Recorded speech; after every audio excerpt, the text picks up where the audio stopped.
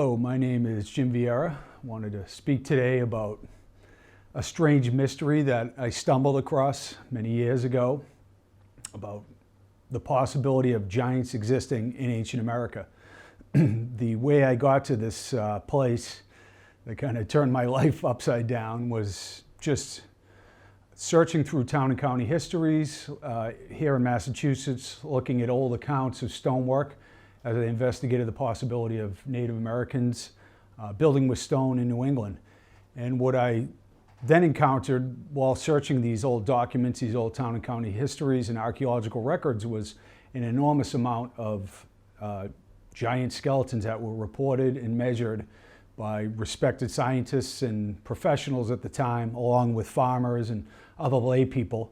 I ended up getting a real stiff lesson in agendas and egos and basically orientations around skeptics and the way they think about the world and the way they think about their research and the way they think about paradigms. And from my vantage point, I like to share interesting information. I like to go to sources like native wisdom, oral traditions, esoteric sources, and religious documents to piece together a comparative analysis of the past, rather than just relying on anthropology, archaeology, and sciences that were built upon a lot of racist ideas in the late 1800s that were conjured, I would say, almost out of thin air based on Darwin's view of evolution and racist paradigms about the lack of sophistication, supposedly, of indigenous peoples.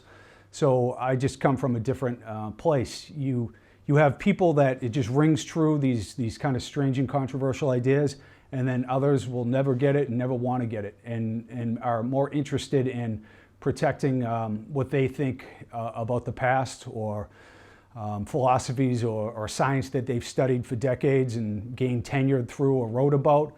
And I'd rather be much more open-minded and flexible in my pursuit of truth and knowledge. And quite frankly, I think our entire Western system is built on a house of sand.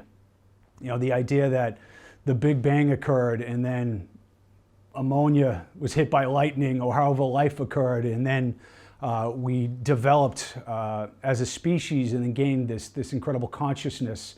And I just believe there's a holographic nature to reality that quantum physicists and the mystics tell us about that tells a different story.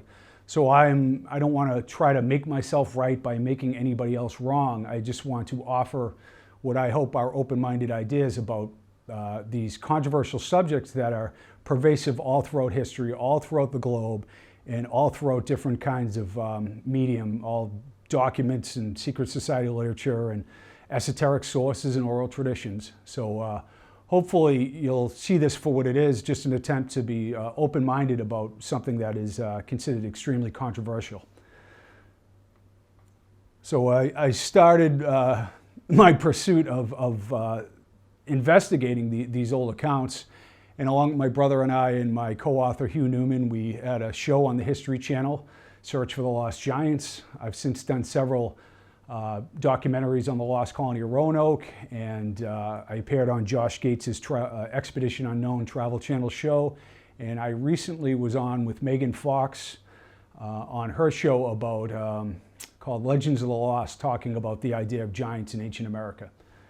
So I've co-authored a book with Hugh Newman, basically going through hundreds of these accounts, just trying to lay out a case that maybe, much like the Clovis Barrier and out of Africa and the Younger Dryas impact theory, these new ideas that upend modern theories about the past, maybe the idea of giants has something to it, and maybe there is evidence hidden in plain sight in these old archaeological reports.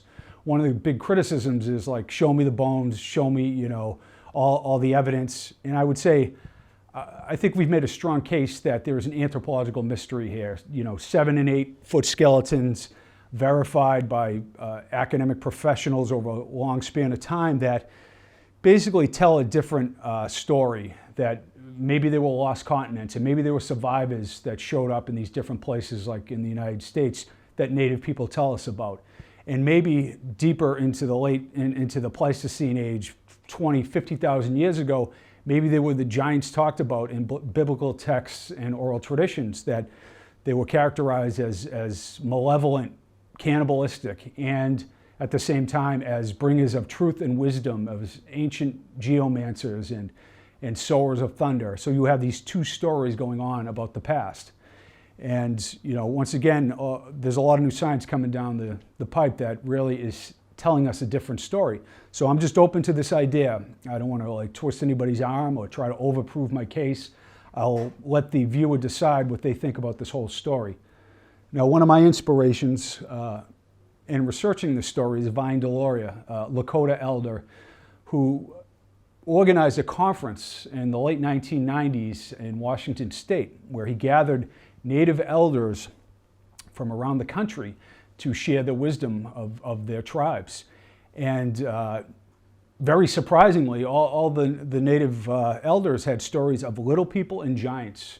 And there are tribes all around the United States that have this folklore, the mythology, or oral traditions about giants existing and Native tribes warring with them in the past. And Deloria was harshly critical of Western science, and I'll give you some good reasons, racist-based orientations that he spoke of, but this is one of the passages from his book. Modern-day archaeology and anthropology have nearly sealed the door on our imaginations, broadly interpreting the North American past as devoid of anything unusual in the way of great cultures characterized by a people of unusual demeanor. And you will see shortly that there was anything but an uninspired culture that lived here. You'll see that Native peoples were very sophisticated, but the white settlers who showed up had a different version of events. And this is John Wesley Powell, the first head of Smithsonian Bureau of Ethnology. And he led the Eastern Mounds Division that unearthed many of these ancient burial sites that had never been touched, obviously by Native peoples, until the white colonists showed up and dug into them for curiosity's sake, to plow lands, to build structures, to relic hunt. So Powell was basically oriented around, a lot of the white racist ideas at the time. And he wrote an article in the American Anthropologist, From Barbarism to Civilization. And he was a student of Lewis Henry Morgan, who wrote Ancient Society in 1877. So according to Morgan, human history was divided into three ethnical periods: savagery, barbarism, and civilization. Now, ancient cultures, indigenous cultures were savage and barbaric, and the white Western world was the civilized world to all these early academics. In July of 1912, the threat of inferior races polluting the Western body politic was discussed at the First International Congress of Eugenics in London. Sitting in the audience were Britain's Prime Minister Lord Balfour, Winston Churchill, and Charles Darwin's son Leonard, along with the ambassadors of Greece, France, and Norway. One of the dirtiest realities of the American eugenics movement is that, with relatively few prominent exceptions, it is difficult to find a white Anglo-Saxon Protestant man or woman of means who did not endorse such theories. Now, Teddy Roosevelt is considered this great pioneer and this hero of American history, but there's another side to these stories back then, and this is one of his quotes. "We need not waste our time in dealing with any sentimentalist who believes that, on account of any abstract principle, it would have been right to leave this continent to the domain, to the hunting ground of squalid savages." Now, that was the belief that natives were disorganized and savage and had nothing in the way of arts and scientists or nothing to teach the Western world. In 1951, in the book The History of the Indians of Connecticut, John DeForest writes, "They were living a barbarous race in the midst of a civilized community. Consequently, when they were attacked by the diseases and vices of civilization, they had nothing to oppose them but their ancient ignorance and simplicity." This was these rationales for Western expansion, for manifest destiny, for racist genocide, if you will, were promulgated continuously in the press and the academic media from the most upstanding citizens in the white community, that these savage Indians were too unsophisticated and they brought this misery upon themselves.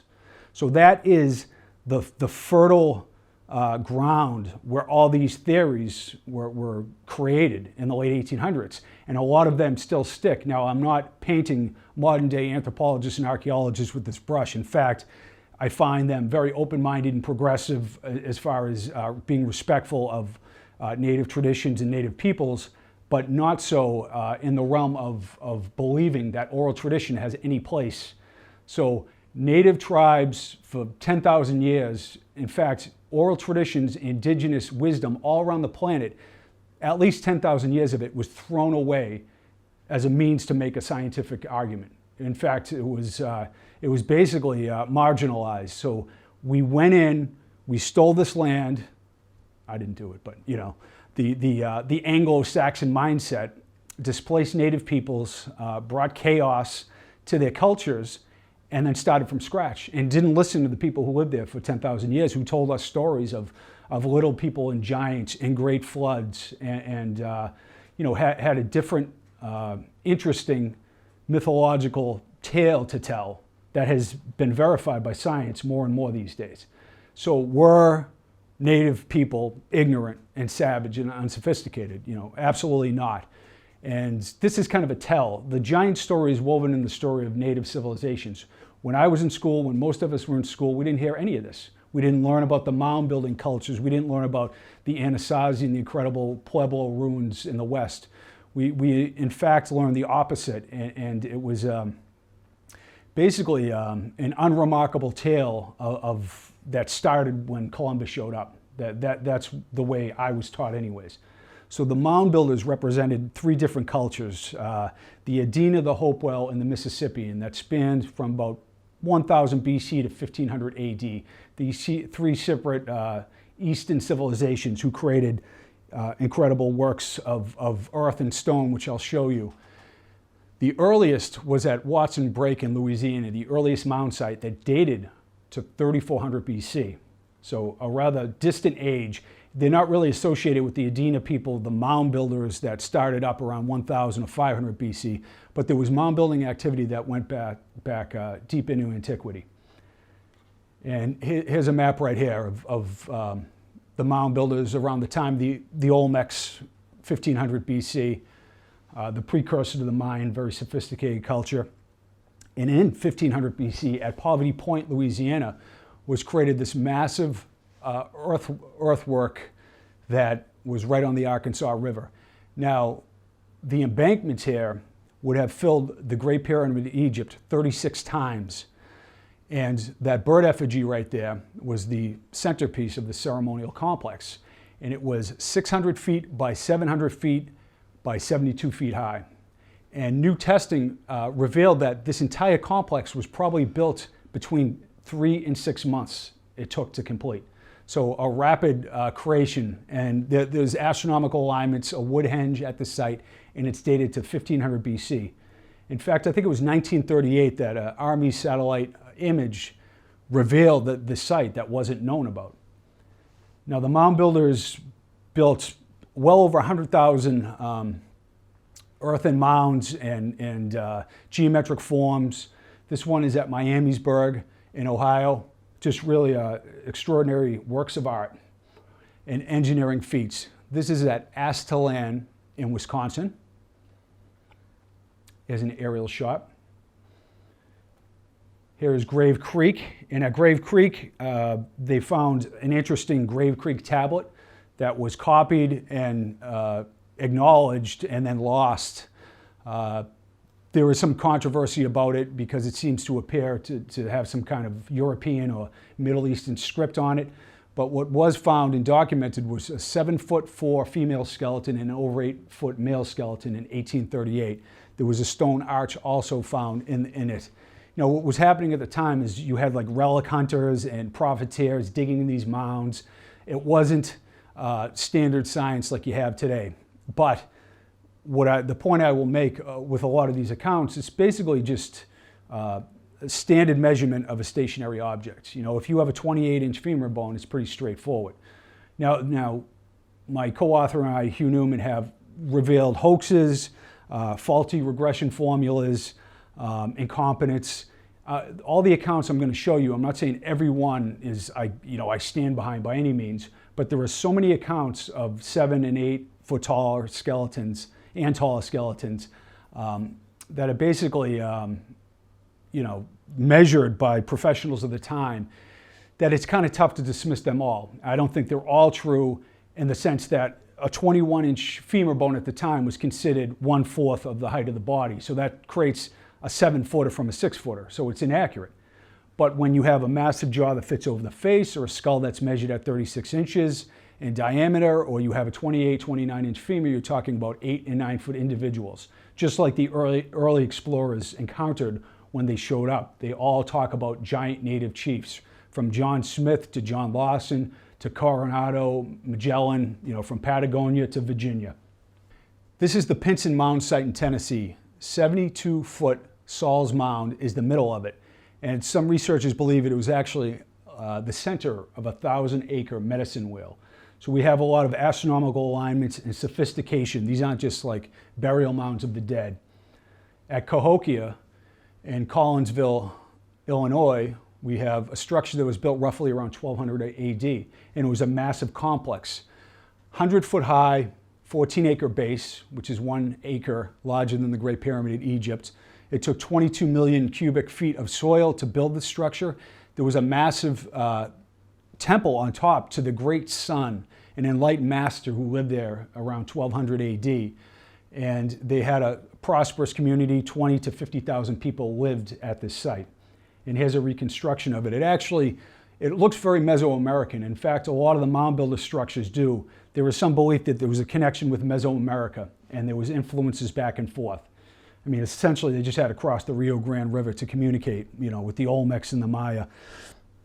There's a ball field, there's astronomical alignments, a wood henge, and it shows you what was going on in ancient America, a far cry from disorganized and unsophisticated.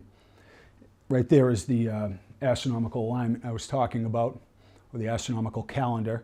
This actually, it looks a lot like Teotihuacan does Cahokia, except built with earth rather than stone, because that was the material that the natives had to work with. So we have the Great Serpent Mound in Ohio, and the serpent belief, the serpent religion is everywhere to be found around the planet, and native peoples have a lot of the same beliefs about the past, about the serpent culture, about ancient androgyny, a lot of the things you find in the Holy Land or in the South America, these kind of strange ideas of floods and civilizers who showed up after the flood, if you will.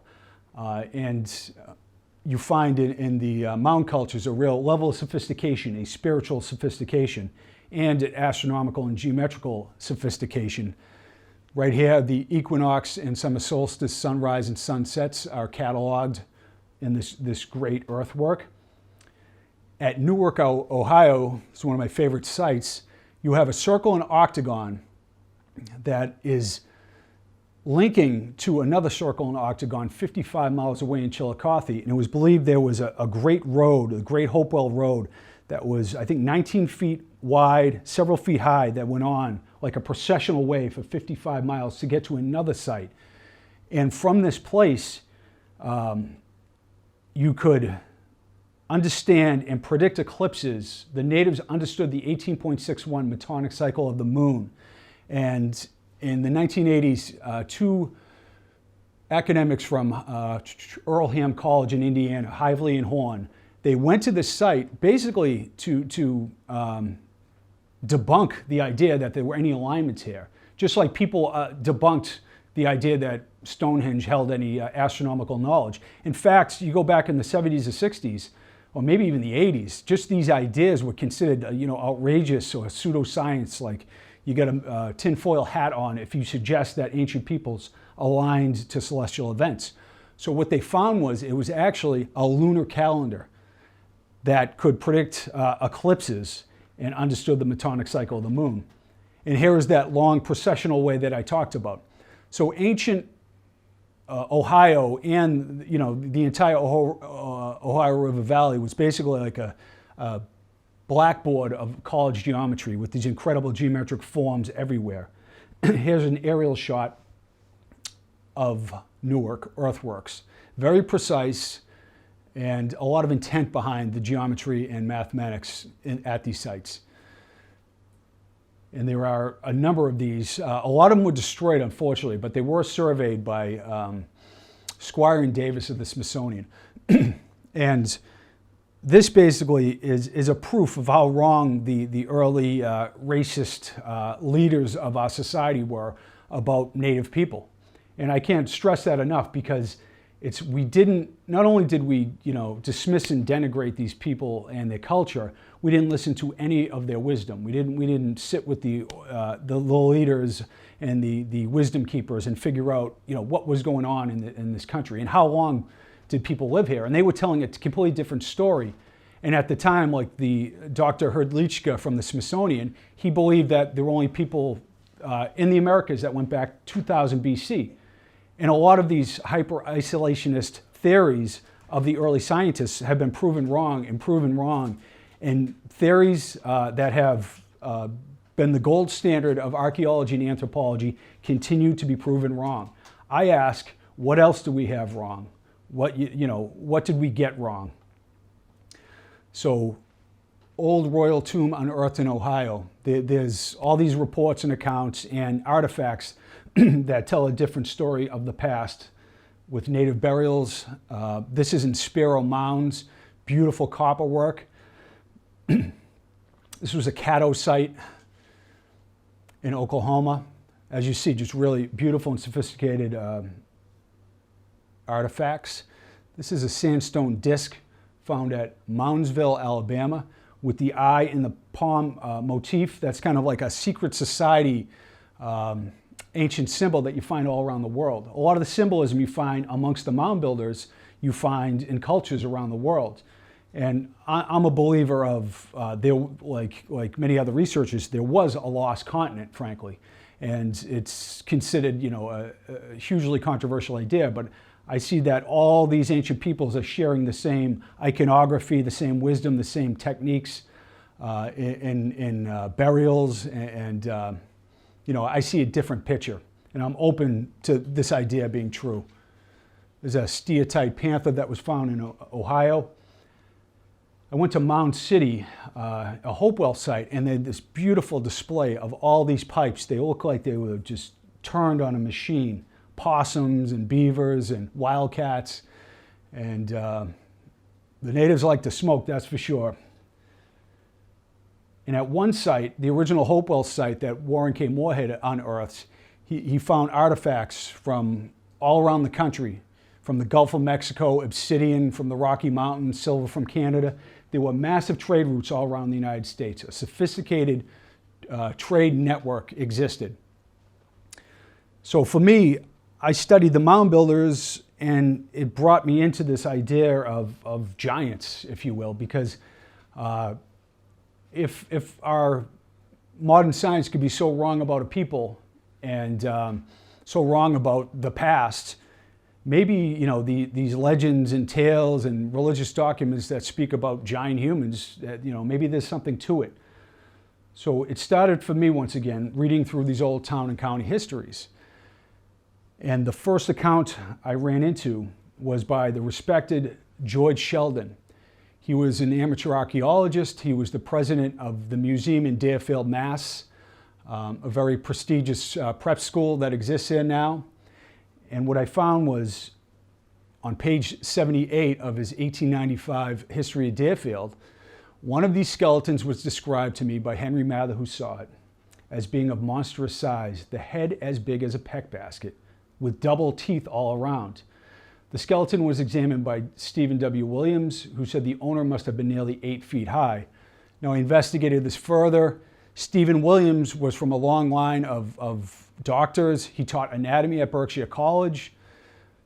Sheldon was highly respected, and I'm reading double teeth all around, double rows of teeth. That just struck me so funny. It's just like, that's a very odd thing to say. What does it even mean? So before I learned about the wisdom of checking Google books and Google documents, I got a boatload of old town and county histories and literally read through tens of thousands of pages of New England town and county histories before I wised up. But what I found was very interesting. In all these towns in Massachusetts, like the town history of Middleborough, a few years ago when the highway was straightened and repaired, remains were found. When his skeleton was measured by Dr. Morrill, Robinson, and others, it was found to have double row of teeth in each jaw. The height must have been 7'8". It continues, the history of Rockingham. When the earth was removed from the top of the ledges east of the falls, a remarkable human skeleton was found. The jawbone was of such size that a man could easily slip it over his face, and the teeth, which were all double, were perfect. Now, the jawbone over the face is another thing I'll mention again. My co-author and I, Hugh Newman, have found dozens and dozens of accounts all around the country where the towns are buzz. They got the 8.5-foot skeleton wired together. The jawbone fits over the face of the largest man in town over and over. And to me, it's a real proof that there's something to the story here. You don't just conjure this up. You don't just make up this idea of double rows of teeth. Oh, this will be a great hoax. It's a time of inefficient communication. So as a historical detective, it just doesn't ring true that this is some hoax or coincidence. So during our show, one of the investigations we did was to read through the documents in Rockingham, Vermont, and look through Lyman Simpson Hayes' documents as well, who wrote that town history. Now, what we found was that he had written his last copy before it went to print, and he went out of his way to write all the teeth were double. He puts in all, double were perfect, double rows of teeth. So he was struck by the same thing that we were struck by, that this insistence that there was double rows of teeth. So it goes on in Martha's Vineyard. 15 years ago, Indian giant, almost perfect preservation was dug up. The bones indicate a man easily 7 feet high. An unusual feature was a complete double row of teeth on both the upper and lower jaws. Now, it's been suggested by several skeptics that this was like the parlance of the time, but they're clearly identifying double rows of teeth in the upper and lower jaws. It seems like, you will see in these accounts that the finders are really trying to make that case. There is something odd going on. Now, this, the Baptist Church in Newton, this is from 1864. This was during the show, we were sitting, the producers, trying to figure out, like, we need some hard evidence. People aren't going to believe this unless we find a jaw with double rows of teeth. So this is in Newton, Massachusetts, and this was the account. The jaw of one, which was in perfect preservation with the full number of teeth and double all the way around, was placed in a box, I don't know why it's that, which was sealed and deposited under the cornerstone of the church. So we went to the church and we found out the church has been destroyed and it is now a used car parking lot. So we thought we were going to be able to get under there and take that box out and reveal a jawbone, a massive jawbone with double rows of teeth. So it was an unfortunate turn of events, but I think you'll see that there's more to the story here than some hoax that was conjured up. So I began to find all these accounts all around New England. And, it continued. I became more and more interested in the subject. And you go out to Ohio, in Noble County, there's a burial mound, the Bates Mound. It's an Edina mound that's several thousand years old. It was opened and 3 skeletons were found whose size would indicate they measured in life at least 8 feet. The remarkable feature of these remains were they had double teeth in front as well as in back in both the upper and lower jaws. Upon exposure to the atmosphere, the skeletons soon crumbled back to Mother Earth. Once again, a remarkable feature. They're trying to display this. In fact, I think it said that for the Martha's Vineyard account as well. A remarkable feature was these double rows of teeth. The remains of a gigantic race of extinct human beings have been discovered near Vaasa, Minnesota. Each had double teeth in front as well as in the back part of the jaw. So, much like 6 fingers and toes or pituitary gigantism, double rows of teeth, it's this rare genetic happening. And, I don't know what to make of this mystery. I just, I'm trying to lay out the case that there is a mystery here. I don't know if it's interbreeding, like hyperdontia and supernumerary teeth that were created through different royal classes of people interbreeding. I'm not entirely sure, but I can tell you the entire country, like that last account from Scientific America, are saying the same thing. Some very wonderful skulls are also reported having been found on the islands. That's the Catalina Islands and off of the coast of California, furnished with double teeth all the way around the jaw. So Chris Coombs is a professor from Texas, and I spoke with him, and he wrote The Giants of Wales. It was really odd, or it's just strange. It wasn't like he believed in the idea of giants he was just fascinated with, because his academic background tells him, no, you can't really dive into the subject. But he wrote this wonderfully thorough and complex work called The Giants of Wales. And it's amazing. In the European, all the British Isles and all through Europe, like every ancient stone structure is associated with giants. It's interwoven in the fabric of the land, all the sites, all the folklore. There's just giants everywhere. In the United States, it's a lot of the same thing. These burial mounds are the places of giants. And you know, I'm a believer in Jung's collective unconscious. These ideas keep circulating because there's some truth to them. They'll never go away. It's just like, let's grow up and try to figure out what they really mean, not just like push them aside and call them superstitions, because there is a story here that you know, makes sense if thoroughly analyzed correctly. So he wrote this account in his book. In the time of Hadrian the Emperor, there was raised from the earth in a place called Messana, which is Carthage, the body of the giant called Ida, who was 20 feet in length and had double sets of teeth, or 2 rows of teeth, still standing completely preserved in his head or in his gums. Now, I'd love to see a 20-foot skeleton. What is notable here is, once again, that this account is talking about double rows of teeth associated with giants, and this account was listed in, I think, 200 AD. So completely different part of the world, completely different time frame, telling the same story. Now, I went to the Deerfield Museum to talk to the curator and say to him, do you know George Sheldon, who founded this place, had an account of an 8-foot skeleton in his town and county history? And he said, no. He said, but I do have Sheldon's index archaeological scrapbook. And he slid it in front of me, and it was my Da Vinci Code moment. I just had this buzz about, like, I knew what I was going to find in this book. And I opened it up, and then, you know, sure enough, there was these 7- and 8-foot giant skeleton accounts pasted together, along with mound builder stuff and articles about different aspects of native civilization. It really seems like Sheldon was on the trail. He was one of the first giantologists in the United States. And in fact, in here, in the catalog of curiosities and relics, it's indicated that he reached out to a professional in Marion, Ohio, and he received the thigh bone, the femur bone of an over 8-foot tall individual that was on display at the museum until the 90s, listed in the Curiosity and Relics book.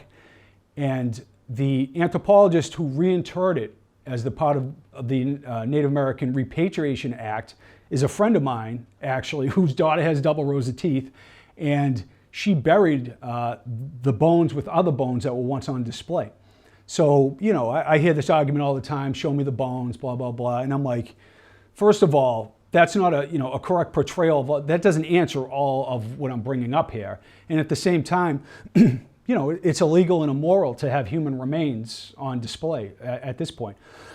Of course, I would like to see, you know, more evidence, but I think there's enough to this story here that tells you something's going on. So there was this femur bone that was absolutely enormous on display.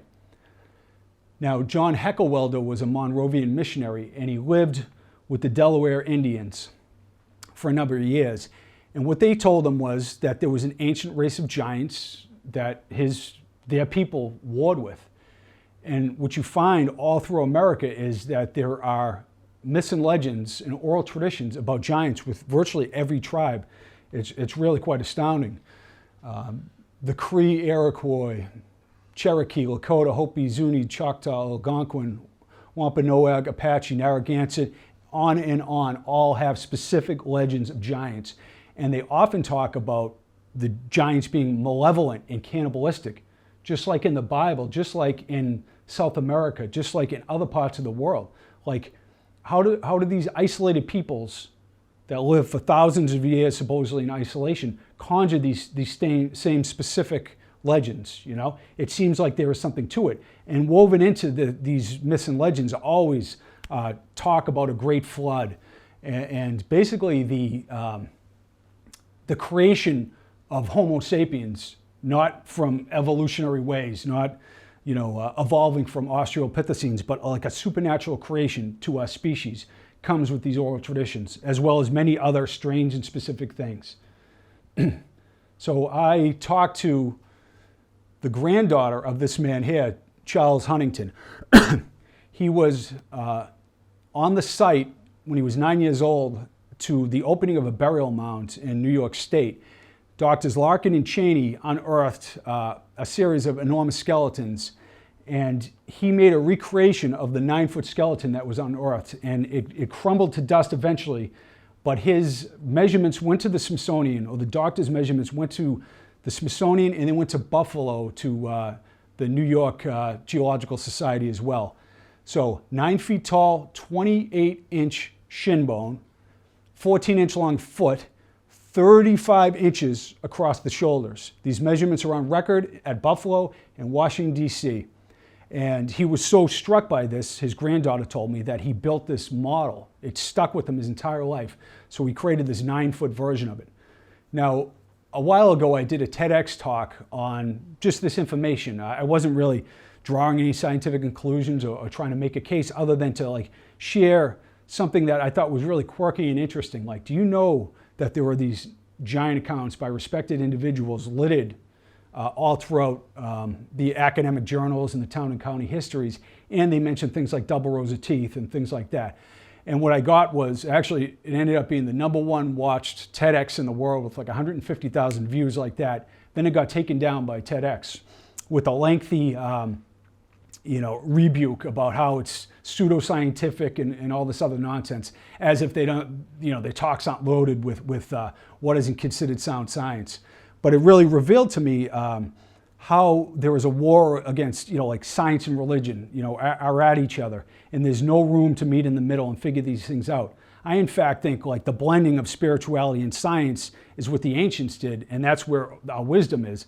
But we got this cold left brain, data-driven, Cartesian, male-dominated model versus kind of a religious model that isn't always up with the times. You get a lot of Jeff Sessions lecturing you about Christianity and Jesus, and that turns people off too. I advocate a meet in the middle where there are religious and esoteric ideas that seem to be true, and science, should meet in the middle with a more holistic approach. So that's my rant.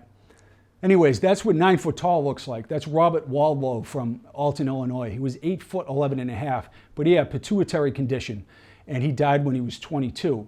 This is not what I'm talking about in these accounts. You'll see there is numerous skeletons mentioned oftentimes, and they're described as huge and muscular and massive jawed and thick boned and thick skulled.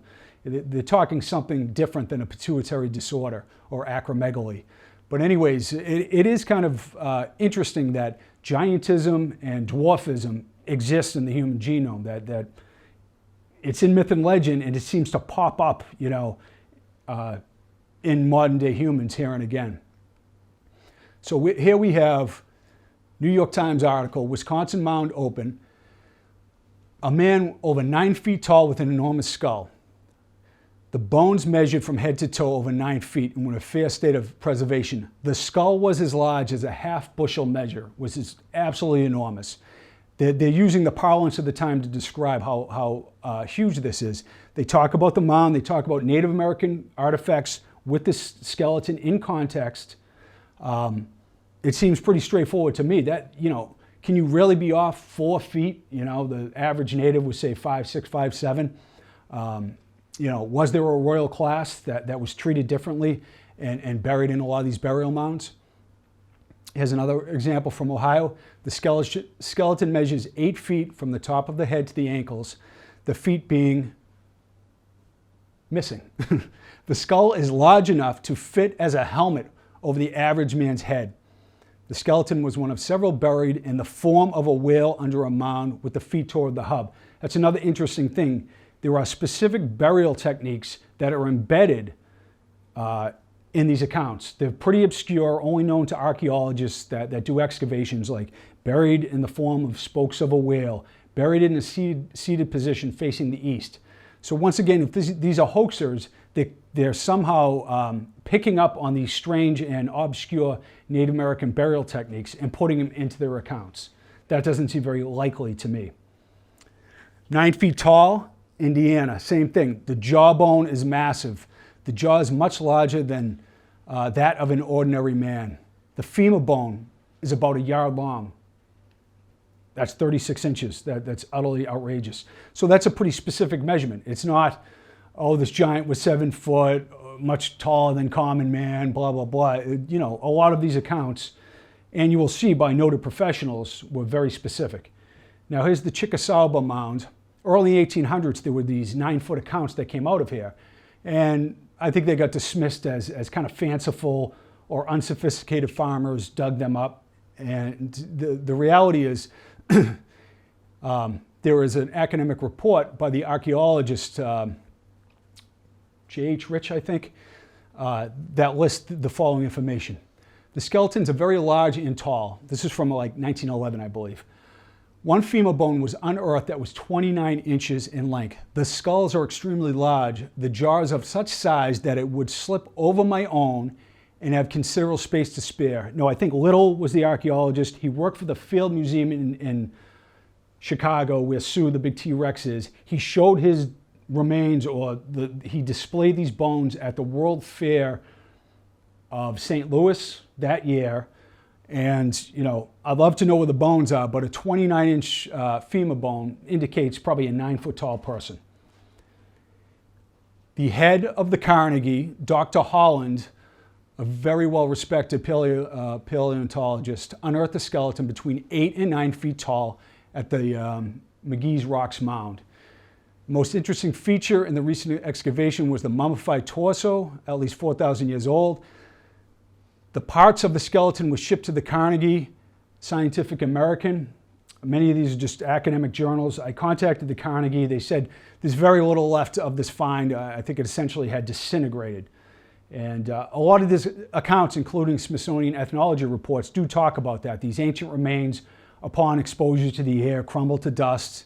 And I think I was accused of kind of conjuring that idea up so I didn't have to like produce skeletons. That was one of the TEDx rebukes I got, which is infantile and pathetic. You know, I'm just going off these accounts by noted and respected individuals, but neither here nor there. This is Miamisburg in Ohio, really cool mound builder site.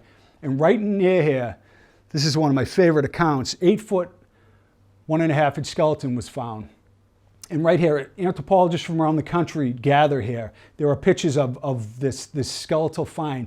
Right there it is listed among the largest giants of all time, like Charles Byrne, the Irish giant.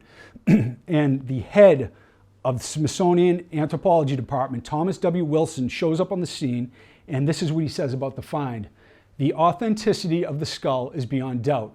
Its antiquity is unquestionably great.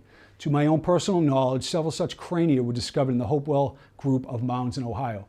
Pretty straightforward from the head of the Smithsonian Ethnology Department in the late 1890s, I believe. And, you know, say what you want. They didn't have the techniques we have today, but can really, like, somebody with this pedigree, like, not be able to identify a human skeleton in its dimensions? I say not. In fact, the Smithsonian literature is littered with 7-foot taller accounts that were never addressed, you know, by scientists who follow the researchers who uncover these things. I'll get into that in a minute. Giant skull poses problem. Lots of these accounts. This is in the 30s. And some of these go in the 50s and 60s. This isn't just a phenomenon from 1820 where some toothless farmer who was drunk, you know, uncovered a giant. There's a lot of academic credence to these reports. Right here, George S. Fisher, the archaeologist, the head archaeologist in Pennsylvania, unearthed a bunch of huge skeletons. One of them was 7'5". This was in the New York Times and the Pittsburgh Press, old prehistoric giants found. So 6 months later, Donald Cadzow, archaeologist who was Oxford educated, in the article, he describes the skeleton having a 7'5" skeleton in a van, and he's driving it to Harrisburg to be shipped to the Smithsonian. So there's a continuity to this report. It's unearthed, it's in the New York Times, a noted archaeologist is talking about it. Then another noted archaeologist reiterates the story, 7'5", massive skeleton, and he's driving it to the Smithsonian, who claims that the largest skeleton they have in their collection is a 6'3" Sioux Indian with acromegaly, with a pituitary issue. Make of it what you will. I don't want to like conjure up vast conspiracies. I haven't been in the secret bunker with all the giant skeletons. I'll just say that these ideas are just pushed aside and ignored by academics and ridiculed, frankly. You know, you are not rewarded delving into these areas. You're considered a lunatic. You're considered, unhinged and unscientific if you talk about these matters. In fact, some professionals did talk about these matters, like Donald Dragoo, the head of the section of man at the Carnegie in the 40s and 50s, and he writes here about a 7'2" skeleton that was found. He would have been a splendid figure in any society and the darling of a primitive basketball team. In all respects, the Cresap Mound in West Virginia, the skeletal material conforms to the physical type of the Kentucky and Ohio Adena mounds as previously described by Snow. So Webb and Snow were two anthropologists from the University of Kentucky who unearthed a 7-foot skeleton in 1952 at the Dover Mound. And Dragoo kind of joined him in this characterization of this physical type of Adena people as particularly huge, and they called it the Adena jaw, the massive jaw of these people. Now the Adena went back to 1000 BC. They were the first mound builders. In fact, the royal class, the giant skeletons that were found, they elongated their skulls, which is another strange, skull elongation is something that takes place all around the world. You probably, if you're into ancient mysteries, Brian Forrester and L.A. Marzulli have investigated down in Peru this idea of skull elongation.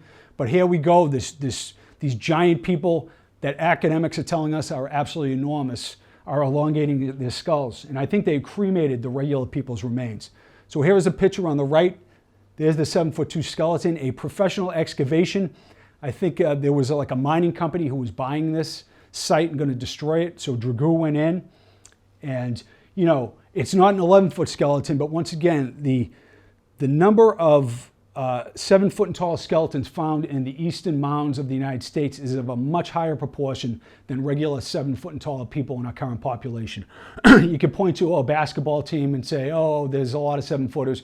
There really isn't as a percentage of population versus what was uncovered from the mounds over a 150-year period. Here's the Dover Mound I spoke about. Webb and Snow, two University of Kentucky anthropologists, unearthed a 7-foot skeleton here. At DeSoto's Cave in Alabama, 1963, Joseph Benthal, archaeologist from the University of Alabama, unearthed 5 skeletons. One was over 7 foot tall, and the jawbone was so large it could fit over his face. Now, they reburied it in DeSoto's Cave as part of, respect for native remains. But this was 1963 by a noted archaeologist from the University of Alabama. Once again, that this jawbone and this giant identification continues. This isn't 300 years ago or something like that. It continues decade after decade. The Santa Barbara Museum, 1959, 7,070-year-old skeletons. Santa Rosa Island, several skeletons measured over 7 feet tall.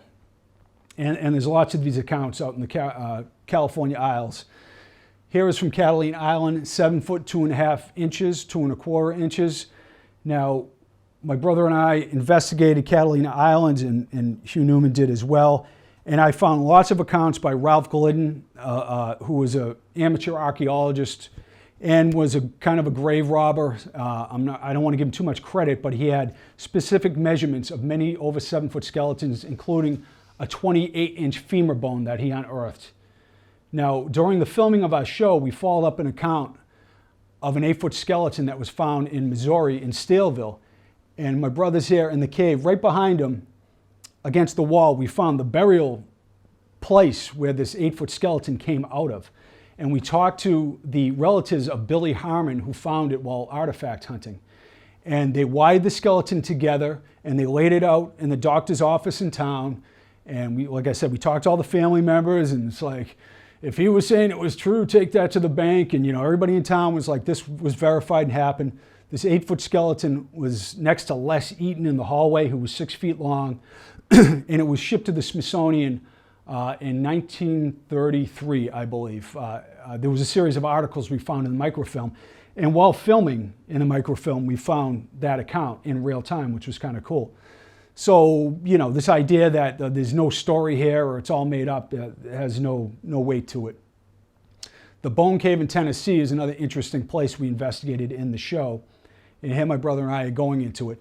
And there was a series of reports from 1872 to 1914. The head, in both dates, the head of the Manchester Times and the head editor of the Manchester Democrat went in with a team of explorers into this wild cave, and they both encountered giant remains. In fact, in 1914, the last group in there with torches wrote specifically that a giant petrified body was left in the cave. Now, we went in to investigate this, and it was wild. There's a spot so thick you had to exhale to try to squeeze through, or inhale to try to squeeze through. It was absolutely wild. In fact, the account was, it seemed like an Indiana Jones movie. It's like through flooded tunnels and down, you know, 300-400 yards, and we rappelled like 50 feet down deep into this cave. And at the end, I got into the flooded tunnel, and I ended up getting sick for like 2 weeks after filming here. And the air was really bad, and we ended up only getting so far, but we saw the carved dates of 1872 and 1914, and basically verified a lot of points of this account. And even the park, the head of, what was his name, Keith? Regardless, the head of the park department there told us about the legends and all the stories of like giant skulls coming out of there throughout the ages. So that was a cool investigation. And another one we did was we tried to find this burial cave where Riggins was his name, was a naturalist who unearthed almost 10-foot tall skeletons. That's a ruler there, like a massive femur, and these skulls were found in this cave in the Ozarks. Now, Victor Schoffelmeyer was an editor of a magazine who went around the paper with his wife and wrote stories. And he wrote this story about the people in Appalachia being displaced and losing their culture. And he encountered this while he was there, and he's a very well-known, well-respected person. When we got to the site, we figured out that it was flooded because they put the Beaver Dam there and the Beaver Lake was created. So we dove at this cave where the skeletons were found, and we found like a 70-foot wall right at the beginning, which was cool, a Native American construction. But there was no evidence left in the cave, but we followed through with the investigation. So this is with the question that everybody asked me, is there a vast conspiracy? I believe there's real conspiracies in this world. I believe that institutions and corporations can't be trusted as far as you could throw them. You have the head of, Poland Spring CEO says water isn't a human right. You know, like these sociopaths rise to positions of power in our society, not because they're so clever, because they're willing to sell out more than anybody else. You know, they don't have a moral compass to guide them. So the rest of us actual humans are left like, battling amongst each other. My point is that I really, even the Smithsonian, I know lots of professionals who work there and I respect them. The institution itself, makes my skin crawl, as you'll see. This is the classic idea of the Indiana Jones lost warehouse. And, like I said, I don't want to try to make a bad guy up, I just want to try to lay out a case. I don't know what's going on behind the scenes, but I do know like independent archaeologists and anthropologists aren't involved in some vast conspiracy. But I do know there is this filter that occurs that doesn't really allow these ideas to be contemplated. Nobody's going to look into this mystery. No academic is like an independent researcher is. That doesn't make me right in everything I'm saying, but there is no tolerance for these ideas. And this guy here is just like a pre-Hitler eugenist, Dr. Hrdlicka, who was the head of the Smithsonian's anthropology department for about 40 years. And he's the guy who declared giants and no more. I believe it was in 1933. He was saying the will to believe, and amateur archaeologists and anthropologists are behind all these ideas of giant skeletons being found. He also said some other rather troubling things. In his science newsletter, the greatest danger before the American people today is the blending of the Negro tenth of the population into the superior blood of the white race. Now, this wasn't, out there for the time. It was a completely racist dynamic that was going on that basically just denigrated not just African American people, but Native Americans. There was no room for giant skulls anywhere here. That Native people could have been much more intelligent and sophisticated than these people gave them credit for. So I'm not trusting so much, all the theories that were created at the time. In fact, many of them have been dispelled. And I would say there's more to occur in the future. Now, the Smithsonian teamed up with David Koch. The Koch brothers, he's a political activist, and I'm no fan of the Koch brothers. So this is how science can be manipulated by business or other interests. So there's a permanent installation, a multimedia exploration at the David H. Koch Hall of Human Origins into the theory that mankind evolved in response to climate change. So here you have the David H. Koch Hall of Human Origins at the Smithsonian. And Koch and his brother, they're both political activists. And some would say, kind of vile individuals who have no concern about the health of our environment and have been fined oftentimes for pollution and other things. But anyways, at the Smithsonian's National Museum, they have a permanent exhibit. It's a multimedia exploration of the theory that mankind evolved in response to climate change. Now, this is just to show that money can buy influence in science. And the Smithsonian is supposed to be this independent entity, which it clearly is not. I have many other examples of asbestos contamination that were found there and the way they covered it up. And I don't want to go down that road. I just want to take a second to cast a few dispersions. So Jane Mayer wrote in the New Yorker in 2010, only at the end of the exhibit, under the headline, Our Survival Challenge, is it noted that levels of carbon dioxide are higher now than they ever have been, and that they are projected to increase dramatically in the next century. No cause is given to this development. No mention is made of any possible role played by fossil fuels. An interactive game in the exhibit suggests that humans will continue to adapt to climate change in the future. People may build underground cities, developing short, compact bodies or curved spines so that moving around in tight spaces will be no problem. And that's the issue I have with it. I'm not getting into a science debate about climate change. The point is that WTF, this isn't a permanent exhibit at the Smithsonian funded by these lunatics. And make of it what you want. It's just another example of do not trust corporations or institutions. So the famous Dr. Herlichka went to the Aleutian Islands in 1936 and actually found a huge native skull. There are many accounts of Smithsonian scientists, unearthing 7-foot and taller skeletons, Natchez, Mississippi, giants roam the southern state. In their own ethnology reports, there's 17 or 18 accounts that I've found so far of 7-foot and taller skeletons. In fact, this is the most notable from 1873. In Anna, Union County, Illinois, T.M. Perrin, Smithsonian archaeologist, reports, the skulls are very large but fall to pieces on being exposed to the air. One skull was found that measured 36 inches in circumference. Crumbled to dust. That's in a Smithsonian report. I didn't make it up. 36 inches is utterly outrageous. Here, P.W. Norris at the Kanawha Mounds in West Virginia, 7'6" skeleton. All the measurements are given. It's listed in the New York Times and the Smithsonian Ethnology Report. A lot of giant axes and tools have been found as well, and they're considered ceremonial. But then again, I've identified and investigated several of these, and they seem to have a lot of wear on them as well. Were they wielded by giant, native chiefs and tribal leaders, or this royal class that's talked about?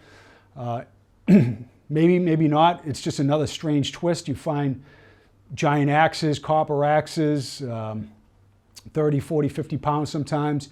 Huge axe indicates giant Indians roam in Virginia. These were actually found 4 enormous hand axes at the lowest level of a burial mound in South Africa, along with thousands of normal-sized artifacts. And Oxford scientists really don't know what to make of it. So here's a Smithsonian ethnology report, the Nelson Mound, North Carolina. That skeleton right there, I believe it's 16, is listed as well over 7 foot tall. A burial mound of giant race-hold secret thighs and skull sent to the Smithsonian. You know, this is why I have questions. If it's just dismissed out of hand, you know, all these accounts just seem, you know, rather odd. 8 feet tall Smithsonian institution to determine the age of the skeleton in Idaho. This account here is interesting. The skull on the right was unearthed in a WPA Works Project Administration project by William Duffin, the archaeologist in Texas, the Moorhiss Mound. Here he is here. He passed away a couple of years ago at like 105. I was trying to interview him at the time. But the point is that the skull, while within normal range, indicates, you know, like that there seem to be enormous native people out of normal, you know, statistical ranges. This is an interesting account. The Maryland Academy of Science skeleton measured 8 feet. About 7 years ago, the skeleton of an Indian in a splendid state of preservation was found along that bay that I'm not going to try to pronounce. The remains were discovered by John Widgeon, a naturalist. He was also recently discovered another fine specimen. One of these measured 7.5 feet and the other 8 feet. I spoke with the head of records at the Maryland Academy of Science, the oldest scientific institution in the country. I think it was founded in 1787 or 97. She said, the report says that Widgeon wired together these skeletons at their Franklin Street office. They were on display. She said, I know Widgeon, I know this office you're talking about. I'm digitizing the records and I can find no mention of the skeleton whatsoever. Because for me, it's like, okay, if all these skeletons are 5'7", like all the professionals tell us, here's a great example, 7.5, 8 foot tall, you know, thigh bones as thick as a horse. They got all these vast measurements associated with these accounts, and there's not a whisper of it. And she wrote this long letter to me like, I don't know what to make of it. It's just, you know, this gets dismissed as a joke or a fantasy, you know, and this is the head of records. I found it very interesting. And here's John Widgeon. He was well respected. He became a Baptist minister. He was born into slavery in 1854. He became this well respected naturalist. And I can't find a whiff of the skeletons other than a bunch of accounts talking about the president of the Maryland Academy of Sciences and Widgeon and the wiring together of the skeletons. Like, how the fuck do you wire together a 5'6" skeleton and make it 8 foot tall? Especially like for them, you know? That's the kind of thing that really just gets my interest or gets me irritated. All the early explorers encountered giant native chiefs from Virginia to Patagonia to Florida, all around our country. From Magellan, Coronado, DeSoto, John Smith, everyone you can name encountered and chronicled enormous giant people. And these are explorers who were trained in the art of observation. Now the narrative is, oh, the Spanish are 5'2", and the natives are probably 5'7", and they look like giants. This is a really idiotic explanation here because they clearly talk about over 7 foot tall, over 8 foot tall. On his knees, this giant towered over all our men, things like that. So here we go with DeSoto. His private secretary wrote, the new lands they explored were ruled by the giant Native American chief Tuscaloosa. This is in Alabama. Ron Hill writes, seeing him, we paused dumb with amazement. For though but a youth, he towered on high, a great-limbed giant. Heads of the tallest men reached only to his breast. Now him and his father, Tuscaloosa, were considered well over 7 foot tall. In Patagonia, Magellan, Drake, you have all these accounts of enormous skeletons. I think the truth is somewhere in the middle. You know, I haven't found any evidence of 9 and 10 foot skeletons there or peoples there. But as the time went on, you had more, you know, of these accounts of 6.5, 7 foot tall people who lived there that represent an anthropological mystery, a tribe of people. This is Cook in the late 1890s who wrote about and lived with the Ona people in Patagonia.